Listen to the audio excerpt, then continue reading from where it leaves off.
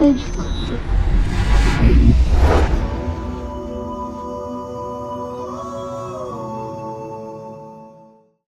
Microsoft decided to reverse its bullshit policies for the Xbox One. And I know the main question you guys are wondering is now, Shokio, that they have reversed these issues. And of course there's still issues regarding the Xbox One, but those are much smaller ones. These were really the two big main ones that us gamers had a problem with: the online check-in and the inability to buy, use, or sell used games. Will I buy one now? Most likely.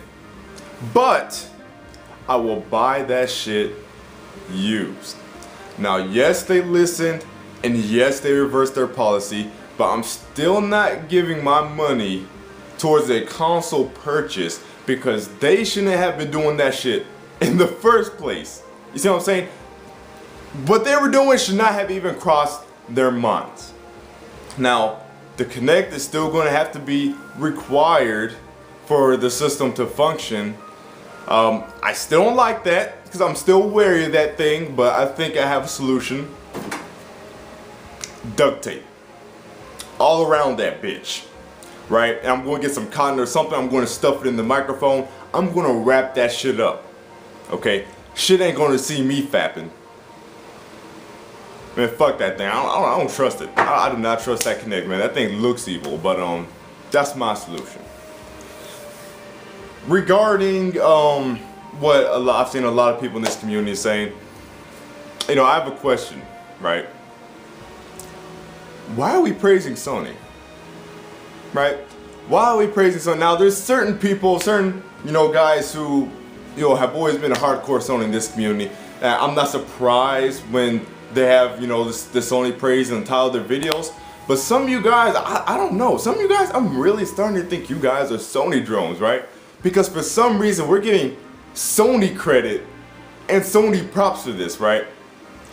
You guys are such sheep, you guys are such drones that when you do something, when you accomplish something, you give credit to the great Sony, to the great gaming Allah. That's what you guys act like.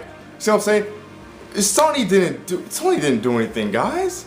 And yes, I know a lot of you may say, oh, well, they pressured Microsoft because of that, how they called them out on the E3 stage. Why do you think Sony did that? I mean, according to all the rumors, Sony was doing the exact same thing Microsoft was doing, but after Sony saw the backlash that Microsoft got, they changed their plans, right? Why are we giving Sony praise for something us gamers accomplished? Now, I understand, guys, a lot of you guys get peer pressured, and the Sony crowd, they're the majority here on the internet, and you want to fit in, but let's try to cut out the bullshit a little bit, right? Give yourself credit. Give us gamers credit. Give us gamers credit. Right? Oh, Obamacare has been repealed. Oh, good job, Sony. Like, y'all just, chill out with the D writing. Like, chill out with the D writing. But like I was saying, yes, I will most likely buy an Xbox One now. No, I'm not buying that shit at $500. I'm definitely gonna wait till it goes down in price, and I'll be buying a used unit. I always wanted to buy an Xbox One because the system itself isn't bad. It isn't bad. The bad things about it were really just the BS policies that Microsoft was forcing on. I mean, of course, I still don't like, the fact that Kinect has to be connected. I still don't like the fact that it uses AA batteries. And I still don't like the fact that, do you have to install all your games now? Is that mandatory? I don't think I read anything about that, so I'm guessing that's unchanged. But I still don't like how the hard drive is non-removable, things of that nature. But those are things I could deal with. Normally I wouldn't be able to deal with the Kinect thing, but I just realized I had a giant ass roll of duct tape, so I think I'll be okay. All those other problems, they're definitely not as big as telling us we can't sell our games, things of that nature. And it's definitely not as big as we can't play our games offline if we haven't checked in for 24 hours. There's been plenty of times. I mean, my internet was just down yesterday as well. Niggas' internets go down all the time, people, especially if you live in Tornado Alley like I do. Internet goes down all the time. all the freaking time, sometimes for days. If you live on the East Coast, hurricanes all the time, getting raped by them, right? Internet is always down for days. And you're not able to play your Xbox One games, but I'm glad that's been changed. And Microsoft and a lot of these Xbots I see in this community, they're talking about, oh well, you know, now we can't do all these features. Whoa, us. I hope you're happy, gamers. Trying to make them, you know, to come out to seem like the victim. Shut the fuck up. Shut the fuck up, okay? Because those features you guys wanted, it didn't require the bullshit that you were pulling. Oh, we wanted your games to be accessible from the cloud so you didn't have to carry around your physical disc.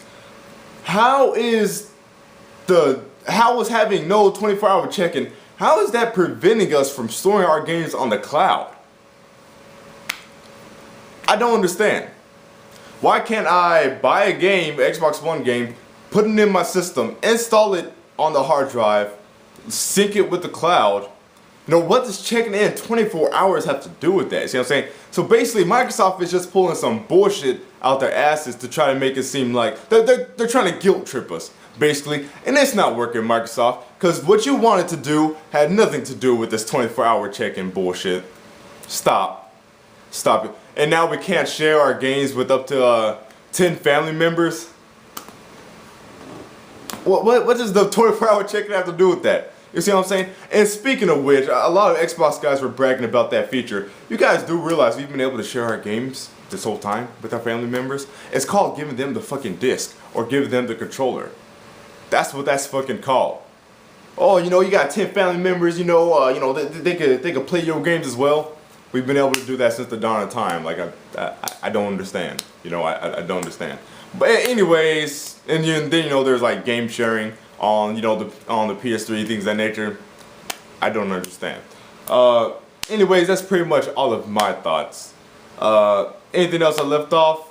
I don't think so, but like I said, I will most likely be buying the Xbox One because it's a pretty good system. It's just that a lot of the bullshit policies and decisions that Microsoft decided to do made it crap. You see what I'm saying? But the instant switching, like I go straight from my game, you know, to the dashboard, things of that nature, you know, the Skype, the Twitch integration, you know, awesome. You know, the actual system and the system features, you know, itself, you know, pretty damn cool. It was just pretty much Microsoft messing up what was originally a great system. Now, like I said, it still has its problems with the Connect requirement, the AA batteries, the non-removable hard drive, things of that nature. But those are things I could, you know, endure to play some games that I want to play. You see what I mean? So that's it for this video. Let me know what you guys think down below. And I'll see you fools later. Peace.